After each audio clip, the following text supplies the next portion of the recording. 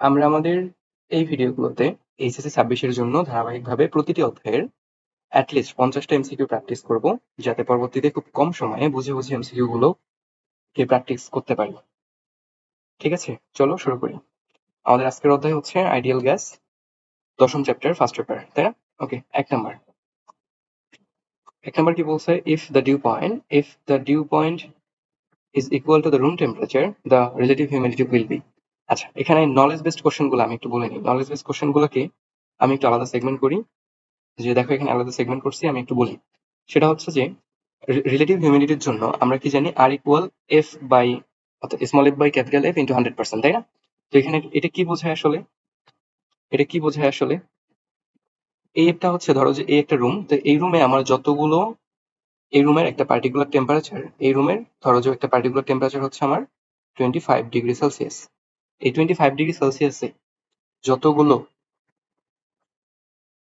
আমার পানির অণু বা পানির পার্টিকেল থাকা দরকার, ঠিক ততগুলোই আছে। তখন আমরা এই রুমটাতে বা এই স্থানটাকে বলবো যে এটা হচ্ছে স্যাচুরেটর অবস্থা। এই অবস্থায় যে পরিমাণ প্রেসার দিবে, এই অবস্থায় ভ্যাপরগুলো যে পরিমাণ প্রেসার ক্রিয়েট করবে মিলিমিটার মার্কারিতে, সেটা হচ্ছে আমার বড় এফ। অন্যদিকে এখন প্রেজেন্ট প্রেজেন্ট ধরো যে স্যাচুরেটেড অবস্থায় এতগুলো পার্টিকেল লাগে, কিন্তু এখন প্রেজেন্ট অবস্থায় এতগুলো পার্টিকেল নাই। প্রেজেন্ট অবস্থায় আমার এতগুলো পার্টিকেল নাই, আমার পার্টিকেল কম আছে। যদি পার্টিকেল কম থাকে, তাহলে এই প্রেজেন্ট পার্টিকেল গুলা যে পরিমাণ প্রেসার দিচ্ছে, সেটা হচ্ছে গিয়ে আমার ছোট এফ। বোঝা গেল?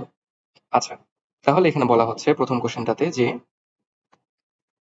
ডিউ পয়েন্টটা মূলত কি? ডিউ পয়েন্টটা মূলত একটা temperature is equal two room temperature. Room temperature সমান হয় ডিউ পয়েন্টও যা, রুম টেম্পারেচার তাই। অর্থাৎ দেখো, রুম টেম্পারেচার যদি আমার 25°C হয়, তার মানে কি 25°C ভ্যাপরগুলো স্যাচুরেটেড অবস্থায় আছে।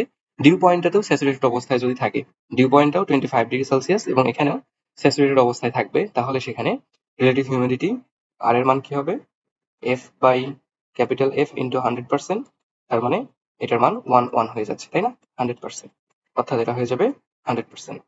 পরেরটা, how many times more the Boltzmann constant in CGS unit than in SI unit? আচ্ছা, SI ইউনিট এবং CGS ইউনিটের মধ্যে একটা জুল এবং ইআরজি, তাই না? CGS ইউনিট হচ্ছে ইআরজি এবং SI ইউনিট হচ্ছে joule.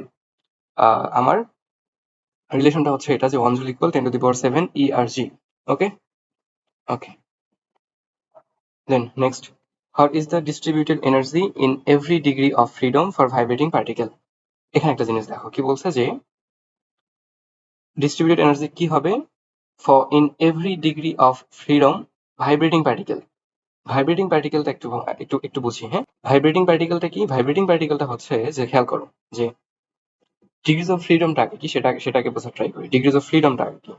Degrees of freedom degrees of ফ্রিডমটাকে আমরা বলতেছি যে, এই যে আমাদের গ্যাসের যে অণুগুলা, গ্যাসের অণুগুলোর মধ্যে কি কি টাইপ থাকে? যে পার্টিকেল গুলা, যেখানে প্রেসার, ভলিউম, টেম্পারেচার ইনক্লুড থাকে, তো পার্টিকেল গুলা মুক্তভাবে স্বাধীনভাবে চলাচলের জন্য যে ডিরেকশন গুলা ফলো করে, সেগুলো হচ্ছে গিয়ে ডিগ্রিজ অফ ফ্রিডম। যেমন মনো অ্যাটমিকের জন্য এক্স অ্যাক্সিস বরাবর যাইতে পারে, ওয়াই অ্যাক্সিস বরাবর যাইতে পারে, জেড অ্যাক্সিস বরাবর যাইতে পারে।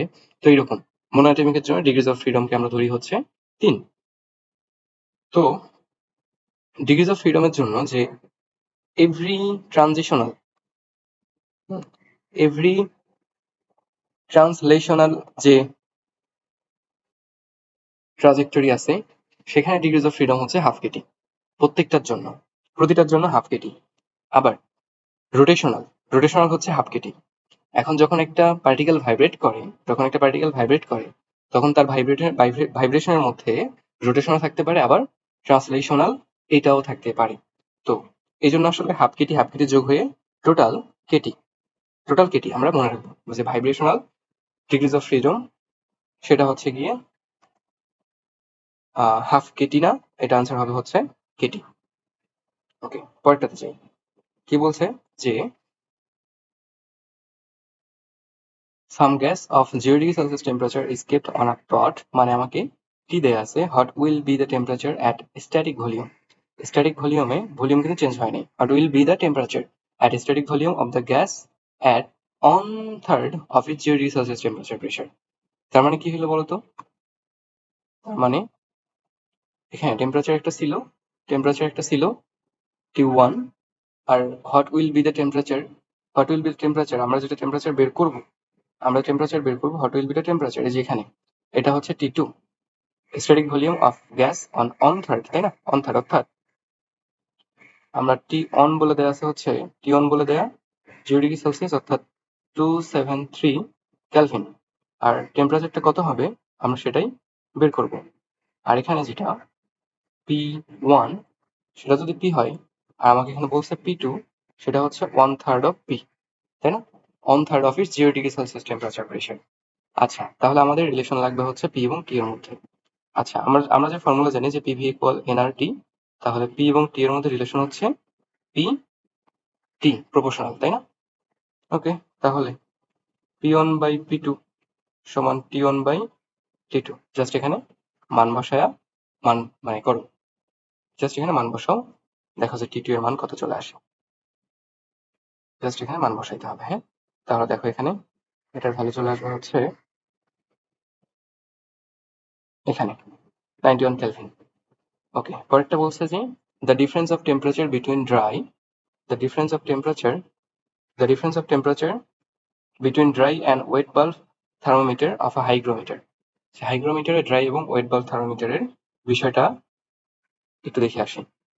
আমার ধরো যে এই দুটা বাল্ব হচ্ছে কি আমার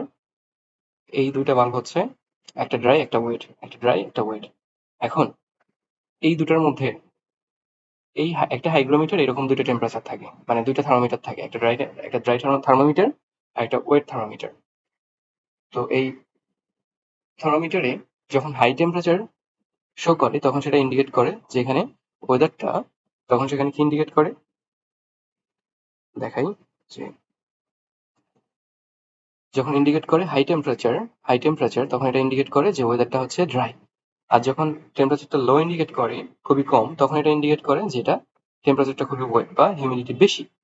আর যদি কখনো সাডেন ড্রপ করে, যে খুব বেশি ছিল হঠাৎ করে নেমে গেছে, যদি সাডেন ড্রপ করে তখন আমরা বুঝবো যে সেখানে নিম্নচাপ অর্থাৎ ডিপ্রেশন অর্থাৎ মানে হঠাৎ অবনমিত হবে, বা এটাকে নিম্নচাপ বলে।